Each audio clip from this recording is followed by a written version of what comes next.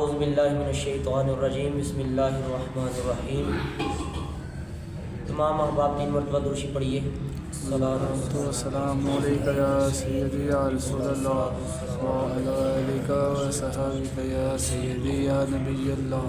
الصلاۃ والسلام علیکہ یا سیدی یا حبیب اللہ۔ اللہ کا لاکھ اور کروڑ بار شکر جس نے ہمیں ایک مرتبہ پھر مل بیٹھ کر دین کی باتیں کرنے کی توفیق عطا فرمائی۔ کل ہم نے نماز کے فرائض پر باتیں کی تھیں۔ نماز کے کتنے فرائض تھے؟ 7۔ پہلا فرض کیا تھا؟ تکبیر تحریمہ۔ دوسرا کیا تھا؟ بولے قیام۔ تیسرا قرات۔ چوتھا رکوع۔ پانچواں سجدہ۔ چھٹا کیا تھا؟ قاعدہ اخیرہ۔ اور ساتواں کیا تھا؟ فروج بھی سنی گئی۔ آج ہم نماز کے واجبات پہ بات کریں گے۔ کل ہم نے فرائض کے حوالے سے بات کی تھی کہ اگر ایک بھی فرض رہ گیا تو آپ کی نماز ہی نہیں ہوگی۔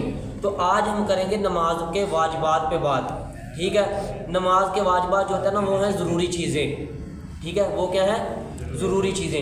اگر تو کسی سے غلطی سے کوئی چیز رہ گئی، یہ جو آج چیزیں بیان ہوگی نا تقریباً 18 واجبات ہیں، ان میں سے اگر ایک بھی چیز غلطی سے انسان سے رہ گئی تو اس کا حل یہ ہے کہ ہم آخر میں نماز کے آخر میں کیا کریں گے؟ سجدہ صاف کریں گے، تو وہ ہماری نماز ٹھیک ہو جائے گی۔ سب کو آپ کو پتہ ہے نا جب سجدہ صاف کیا جاتا ہے، اکثر آپ نے دیکھا بھی ہوگا امام صاحب کے پیچھے اگر کبھی امام سے کوئی واجب چھوٹ گیا تو امام صاحب جیسے سجدہ کرتے ہیں اسے سجدہ صاف کرتے ہیں، ٹھیک ہے؟ اس کے بعد اگر کسی نے ان 18 چیزوں میں سے کوئی ایک چیز بھی جان بوجھ کر چھوڑی تو پھر بھی اس کی نماز نہیں ہوگی، بھلے وہ سجدہ صاف بھی کر لے۔ 2 چیزیں بیان ہوئی ہیں کہ یہ 18 جو واجبات بیان ہوں گے نا، ان میں سے اگر کوئی ایک بھی کسی نے جان بوجھ کر چھوڑا، اسے پتہ ہے کہ یہ واجب اور وہ چھوڑ رہا ہے، ٹھیک ہے، تو اس کی نماز ہی نہیں ہوگی۔ اور اگر غلطی سے رہ گیا تو اس کا حل سجدہ صاف ہے، ٹھیک ہے؟ اب وہ 18 چیزیں کون سی ہیں؟ سب سے پہلا نمبر 1 ہے تکبیر تحریمہ میں اللہ اکبر کہنا۔ کیا کہنا؟ اللہ اکبر۔ تکبیر کے لیے ہاتھ اٹھا کر اللہ اکبر ہم کہتے ہیں نا، تو یہ اللہ اکبر کہنا کیا ہے؟ واجب۔ اب کوئی بندہ گونگا ہے تو اس کے دل کا معاملہ ہوگا کہ وہ دل میں یہ کیفیت کرے گا، ٹھیک ہے؟ اس کے دل کے ارادے کو دیکھا جائے گا، وہ دل میں نیت کر کے اللہ اکبر کہہ کے نماز اپنی شروع کر لے گا، ٹھیک ہے؟ اور اگر کسی نے کہا ہی نہیں، بس ہاتھ اٹھائے اور باندھ لی، اللہ اکبر نہیں کہا، تو اس نے واجب کو ترک کیا، آخر میں سجدہ صاف کرنا پڑے گا۔ اگر تو غلطی سے اللہ اکبر نہیں کہا گیا، اگر جان بوجھ کر نہیں کہا تو اس کی نماز ہی نہیں ہوگی، اس کی نماز نہیں ہوگی۔ دوسرے نمبر پر ہے سورہ فاتحہ پوری پڑھنا۔ میں نے کل آپ کو بتایا تھا نا فرض کی بات کرتے ہوئے کہ سرکار علیہ السلام کا فرمان ہے کہ لا صلاۃ الا بفاتحۃ الکتاب، کہ سورہ فاتحہ کے بغیر نماز مکمل نہیں ہے، بلکہ نماز ہوتی نہیں ہے، کیونکہ سورہ فاتحہ کیا ہے؟ واجب۔ اگر کسی بندے نے سورہ فاتحہ نہ پڑھی تو اس کی بھی نماز نہیں ہوگی، اگر آخر میں سجدہ صاحب بھی نہ کرے تو، اگر سجدہ صاحب کر لے تو اس کی نماز ہو جائے گی۔ تیسرے نمبر پر ہے سورہ فاتحہ کے ساتھ کوئی سورت ملانا۔ جب ہم غیر المغضوب علیہم ولا الضالین پڑھتے ہیں، اس کے بعد آمین، اور اس کے بعد جو ہم کوئی سورت ملاتے ہیں یا ہم کوئی 3 آیات پڑھتے ہیں تو اس ملانے کو، جو سورت ہم ملا رہے ہیں اس وہ ملانا بھی کیا ہے؟ واجب۔ اگر کوئی بندہ وہ نہیں ملائے گا تو پھر اس پر بھی سجدہ صاحب لازم ہو جائے گا۔ چوتھے نمبر پر ہے سورہ فاتحہ کے بعد جو ہے نا، اس کو سورہ فاتحہ کو پہلے پڑھنا اور دوسری سورت کو بعد میں پڑھنا۔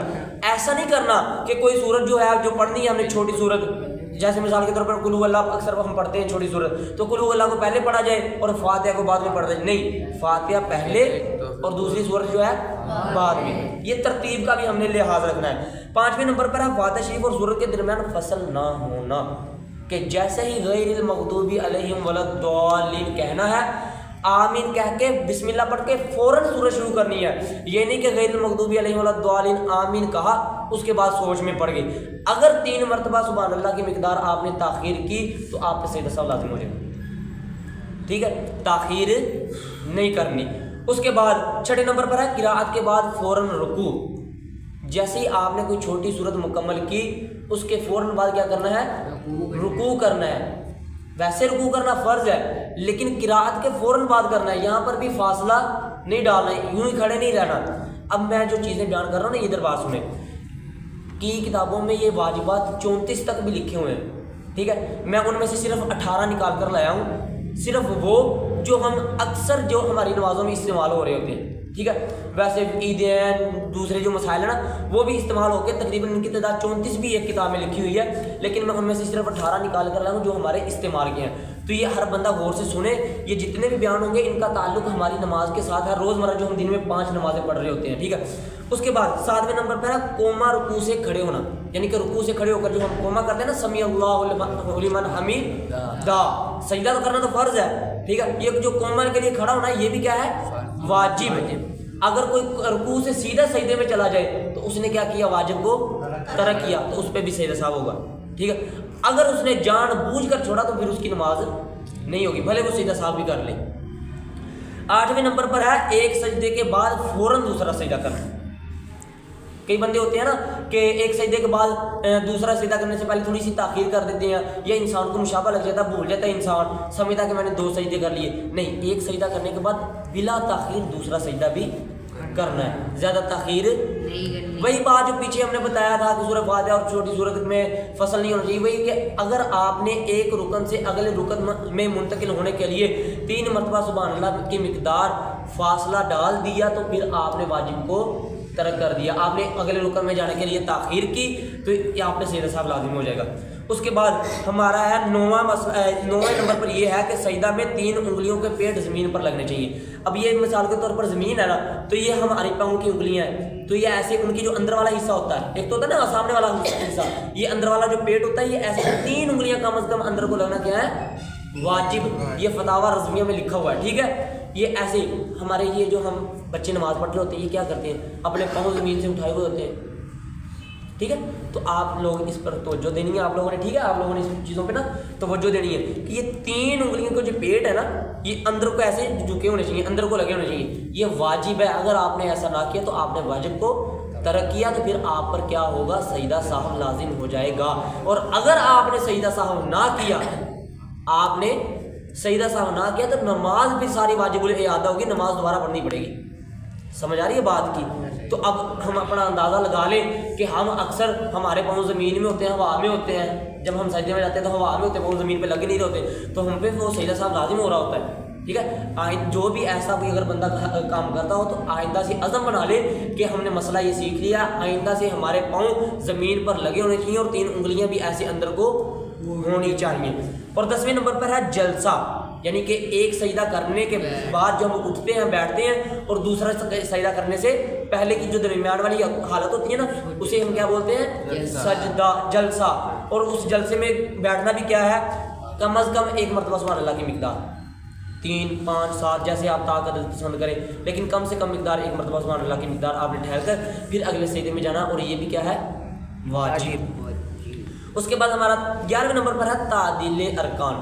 یہ بہت اہم مسئلہ ہے، ٹھیک ہے، کہ ہر ارکان کو آرام آرام سے ادا کرنا ہے، ترتیب بھی رکھنی ہے اور آرام آرام سے ادا کرنا ہے، ٹھیک ہے. میں نے جب آپ کو نماز کی اہمیت بتا رہا تھا تب میں نے آپ کو عرض کی تھی نا، سرکار علیہ السلام کا فرمان سنایا تھا کہ سرکار نے 3 چیزوں سے منع فرمایا. حضرت ابو ہریرہ راوی تھے، انہوں نے فرمایا کہ سرکار علیہ السلام نے 3 چیزوں سے منع فرمایا.